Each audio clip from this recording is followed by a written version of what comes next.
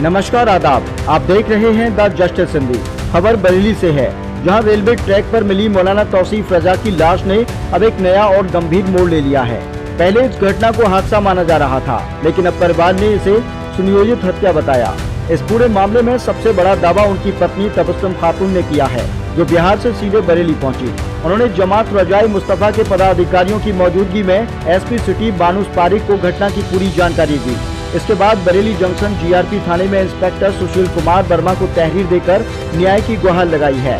पीड़ित तबस्सुम खातून ने अपने प्रार्थना पत्र में साफ कहा कि उनके पति की मौत कोई दुर्घटना नहीं थी, बल्कि ट्रेन के अंदर ही कुछ लोगों ने मिलकर उनके साथ जमकर मारपीट की और फिर उन्हें चलती ट्रेन से बाहर फेंक दिया। उन्होंने बताया कि 26 अप्रैल की रात करीब 9:45 पर उनके पति तौसीफ रजा, जो बरेली में आयोजित उर्से ताजुशरिया में शामिल होकर ट्रेन नंबर 04314 योग नगरी ऋषिकेश एक्सप्रेस से लौट रहे थे, उसी दौरान उन्होंने फोन कर बताया कि कुछ लोग उन्हें बोगी में बिना वजह पीट रहे हैं। पत्नी के मुताबिक जैसे ही उन्हें यह बात पता चली, उन्होंने तुरंत वीडियो कॉल ऑन कर दी। इस वीडियो कॉल में उन्होंने देखा कि कई लोग मिलकर उनके पति के साथ मारपीट कर रहे थे। उन्होंने इस पूरी घटना का करीब 30 सेकंड का ऑडियो और 2 मिनट 53 सेकंड का वीडियो भी रिकॉर्ड किया था, जो अब इस केस का अहम सबूत बन सकता है। लेकिन इसके कुछ देर बाद अचानक तौसीफ का मोबाइल बंद हो गया। तबस्सुम खातून रात 1 बजे तक लगातार कॉल करती रही, लेकिन कोई संपर्क नहीं हो पाया। इसके बाद 27 अप्रैल की सुबह करीब 9:30 बजे एक मैसेज मिला। जब उन्होंने उसी नंबर पर दोबारा कॉल किया तो इस बार फोन पुलिस ने उठाया। पुलिस ने पहले उनका नाम और पता पूछा और फिर बताया कि उनके पति की हालत गंभीर है। कुछ देर बाद परिवार के अन्य सदस्यों से बात करने पर पता चला कि तौसीफ रजा की मौत हो चुकी है।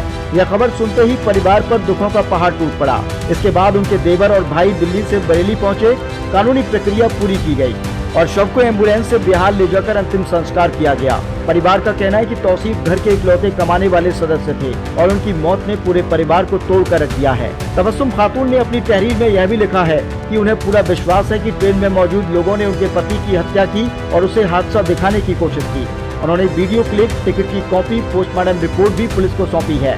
उनका कहना है कि वह सुपुर्दे खाक यानी कि अंतिम संस्कार में व्यस्त होने की वजह से पहले शिकायत नहीं कर पाई, लेकिन अब न्याय के लिए सामने आई हैं। वहीं जीआरपी का कहना है कि तहरीर के आधार पर भारतीय न्याय संहिता की धारा 103 के तहत मुकदमा दर्ज कर मामले की जांच शुरू कर दी गई है। पुलिस का कहना है कि अगर जांच में हत्या के सबूत मिलते हैं तो आरोपियों के खिलाफ सख्त कानूनी कार्यवाही की जाएगी। अब सभी की नजर इस बात पर टिकी है कि आखिर उस ट्रेन के अंदर क्या हुआ था और क्या सच सामने आ पाएगा। कॉल किया था, उन्होंने मुझसे कहा कि तबस्सुम देखो, कुछ लोग मेरे साथ ज़बरदस्ती कर रहे हैं, मुझे मार रहे हैं। मैंने कहा ट्रेन में कोई नहीं है, उनसे मदद मांगिए। मैंने कहा मैं सबको कह रहा हूँ कि भाई मेरी मदद कीजिए।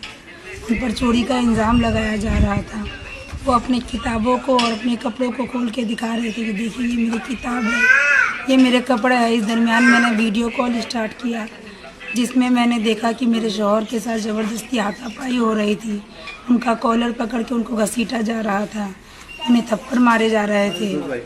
मेरे शौहर चिल्ला चिल्ला के लोगों से मदद मांग रहे थे कि मदद कीजिए, मैं एक आलिम दीन हूँ, मैं मदरसे में पढ़ाता हूँ।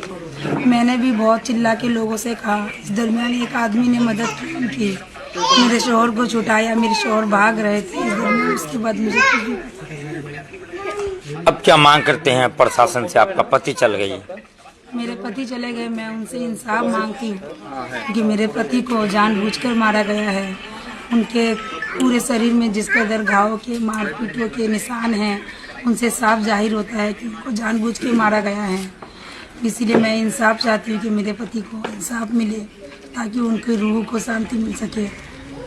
अगर ये कोई हादसा होता, अगर कोई ट्रेन से धक्का देता तो मेरे हस्बैंड का मोबाइल इतना अच्छा नहीं रहता।